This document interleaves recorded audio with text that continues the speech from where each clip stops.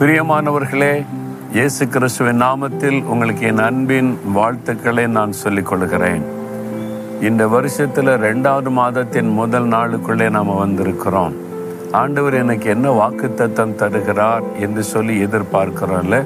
வருஷத்துக்கு தேவன் கொடுத்த வாக்குத்தத்தம் தெரியுமா உங்களுக்கு? நான் உங்களிடத்தில் வந்து உங்களை ஆசீர்வதிப்பேன் அப்படின்னு வாக்கு கொடுத்தார் இல்லை? அதே மாதிரி ஆண்டவர் ஆசீர்வதித்து கொண்டே வர்றார் இல்லை? ஆண்டவருக்கு ஸ்தோத்திரம். அப்போ இந்த மாதத்திற்கு என்ன ஆசீர்வாதம் ஆண்டவர் வைத்திருக்கிறார் அப்படின்னு சொன்னால், 128வது சங்கீதம் 4வது வசனம், கர்த்தருக்கு பயப்படுகிற மனுஷன் இவ்விதமாய் ஆசீர்வதிக்கப்படுவான். ஆண்டவர் உங்களுக்கு வைத்திருக்கிற ஆசீர்வாதம் இந்த மாதத்தில் உங்கள் வாழ்க்கையில் தேவன் வைத்திருக்கிற ஆசீர்வாதம் என்ன தெரியுமா? நீங்கள் இவ்விதமாய் ஆசீர்வதிக்கப்படுவீங்க. எவ்விதமாய் அப்படின்னு கேட்டால், ஒரு குடும்பத்தின் ஆசீர்வாதம். அதாவது முதலாவது ஆண்டவர் சொல்லுகிறார், உன் கையின் பிரயாசத்தை நீ சாப்பிடுவாய். வேலையில், வருமானத்தில், தொழிலில் உன்னுடைய கையின் பிரயாசம் ஆசீர்வதிக்கப்படும். அது முதலாவது. 2வது, உன் மனைவி உன் வீட்டோரங்களில் கனிதரும் திராட்சை கொடியை போல் இருப்பாள். மனைவி ஒரு குடும்ப ஆசீர்வாதம். உன்னுடைய மனைவி ஒரு புத்தியுள்ள ஸ்திரியாய், ஞானமுள்ள ஒரு பெண்ணாய் உங்களுடைய வீட்டில் கனிதரும் திராட்சை செடியாக இருப்பாங்களாம். அவங்களால உங்களுக்கு பலன், குடும்பத்திற்கு நன்மை, ஆசீர்வாதம் உண்டாகும். அது குடும்பத்தினுடைய ஆசீர்வாதம். 3வது ஆண்டவர் சொல்லுகிறார், உன் பிள்ளைகள் உன் பந்திய சுற்றிலும் ஒலிவ மர கன்றுகளை போல் இருப்பார்கள். இது ஒரு முழுமையான ஆசீர்வாதம், குடும்பத்தினுடைய ஆசீர்வாதம். நீ உன் பிள்ளைகளின் பிள்ளைகளையும் இஸ்ரவேலுக்கு உண்டாகும் சமாதானத்தையும் காண்பாய். சந்ததியின் ஆசீர்வாதம்.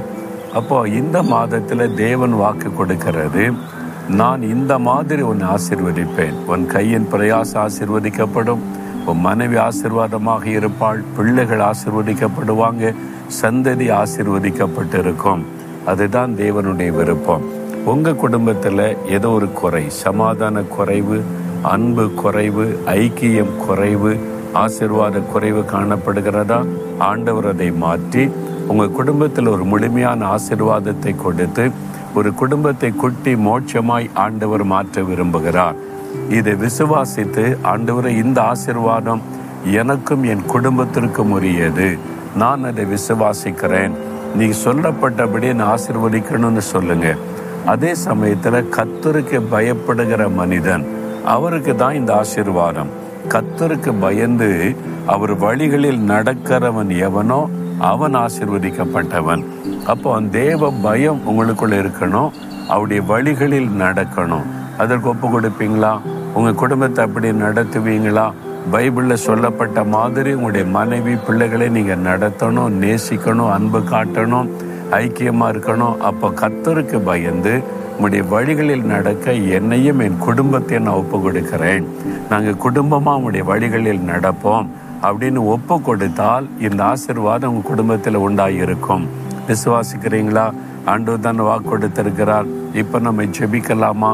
அப்படியே ஆண்டவரை பார்த்து சொல்லுங்க, ஆண்டவரே, என் குடும்பத்தை நீர் நேசிக்கிறதற்காய் ஸ்தோத்திரம், என் குடும்பத்தை ஆசீர்வதிக்க விரும்புகிறதற்காய் ஸ்தோத்திரம், நானும் அதை விரும்புகிறேன். நீர் வாக்கு கொடுத்தபடி என்னுடைய கையின் பிரயாசத்தை ஆசீர்வதித்து வருமானத்தை பெருக பண்ணும்.